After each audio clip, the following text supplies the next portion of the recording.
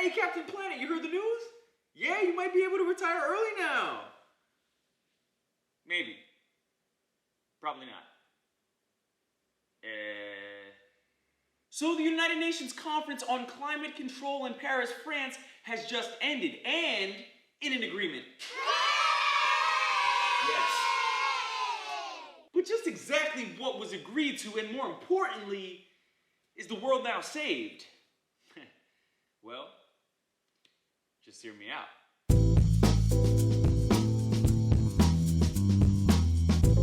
What is going on, everybody? It's Anthony, and in this week's episode, we're examining the Paris Climate Agreement. And just before we start, please don't forget to comment, like, and subscribe. Thank you.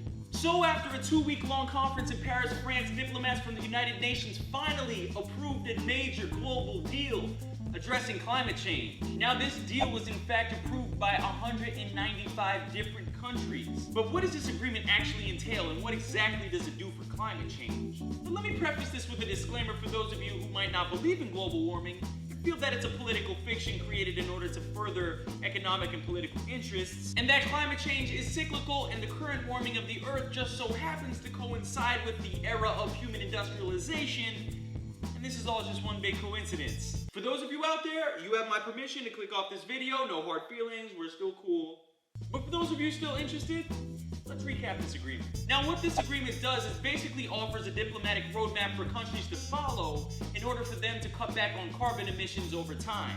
Now, the goal that this roadmap is attempting to reach is to peak emissions as soon as possible and to limit total global warming to less than 2 degrees Celsius, or more optimistically, 1.5 degrees Celsius. Now, the deal also includes transparency measures, which have yet to be determined, in order to verify that the countries are in fact cutting back on their emissions. Now, the agreement also requires the countries to reconvene every 5 years in order to report their progress and also to reconsider their emission targets. But how did this whole agreement materialize? Well, it all started with each country submitting to the United Nations a climate pledge on how they would cut back on emissions. Wait. Let me get this straight. Each country got to arbitrarily come up with their own method? That's like a parent asking their misbehaving child to come up with a plan on how better to fix their behavior. Don't be so surprised when their self-imposed restrictions aren't so strict and their plan on becoming a better citizen entails increased ice cream and video game consumption. But okay, UN, I get it. I will be cautiously optimistic on that part.